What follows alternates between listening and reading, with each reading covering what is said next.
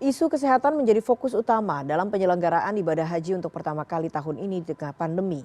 Untuk memonitor kondisi kesehatan calon haji, Kementerian Kesehatan memanfaatkan teknologi digital berupa aplikasi dan jam tangan pintar yang terkoneksi dengan petugas kesehatan.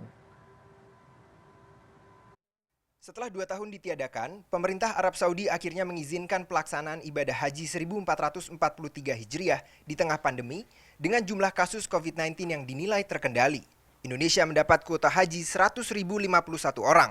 Pemerintah pun berfokus memantau kesehatan jemaah haji di tengah pandemi. Kementerian Kesehatan meluncurkan aplikasi berbasis Android bernama Tele Jemaah yang dapat diunduh gratis di Play Store oleh jemaah haji Indonesia. Jemaah haji harus menginput nomor porsi sebelum mengakses aplikasi yang berisi informasi kesehatan harian jemaah, data vaksinasi, dan penunjuk arah itu. Data ini terkoneksi dengan aplikasi Tele Petugas yang dipegang oleh petugas kesehatan haji. Jemaah bisa minta bantuan petugas kloter untuk melihat tekanan darahnya. Lalu misalkan hasilnya sudah muncul, misalkan tekanan darahnya di 135 ya, tinggal ketik gini aja. Untuk sistolnya, untuk diastolnya bisa ketik seperti ini, misalkan 80 ya. Gula darah sewaktu pada saat melakukan pengecekan gula darah juga bisa dicek, misalkan 180, saturasi oksigen 98, suhu dia didapatkan 36.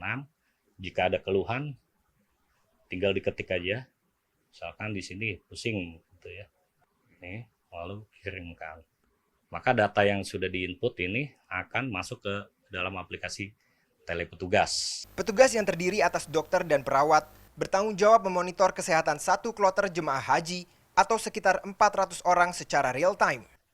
Di aplikasi ini juga terdapat fitur bantuan bagi jemaah yang berada dalam situasi emergensi dan membutuhkan tindakan segera dari petugas. Cukup dengan mengklik tombol bantuan, lalu akan muncul seperti ini. Tenaga kesehatan akan langsung mendapat notifikasi dan segera mengetahui lokasi jemaah, sehingga diharapkan dapat bergerak cepat memberi pertolongan.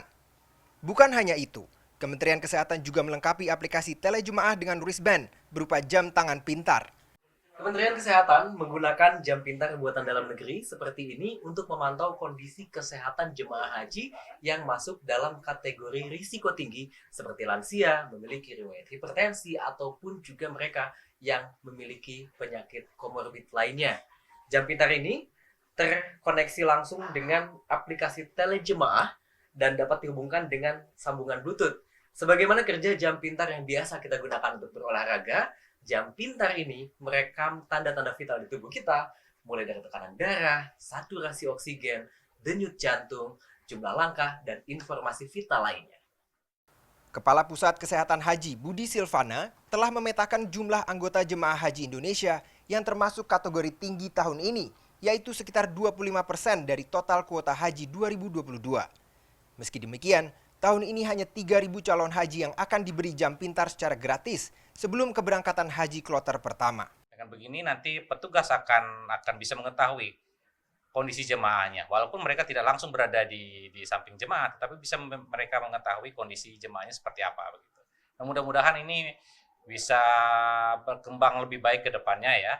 Jadi nanti keaktifan petugas akan dituntut. Jadi tidak ada lagi alasan petugas tidak mengetahui jemaahnya sakit, tidak ada lagi atau ada alasan, karena akan dibantu oleh teknologi ini.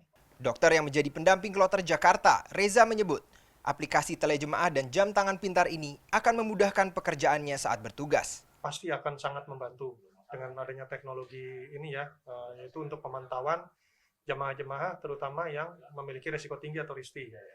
Terutama juga karena kami dari tenaga petugas kloter, untuk dokter dan perawat tenaganya dikurangi tahun ini. Jumlah petugas haji bidang kesehatan tahun ini 776 orang atau setengah dari jumlah petugas kesehatan pada pelaksanaan haji 2019. Pemantauan kesehatan jemaah dengan memanfaatkan teknologi ini pun dilakukan di tengah menurunnya jumlah petugas tersebut. Petugas pun berharap penggunaan aplikasi itu dapat menurunkan angka kematian jemaah haji Indonesia yang selalu tinggi. Data Kementerian Kesehatan mencatat, sedikitnya 400 anggota jemaah haji Indonesia meninggal di Tanah Suci, yang mayoritas disebabkan oleh penyakit kardiovaskular. Mardika Utama, Evan Askam, Jakarta.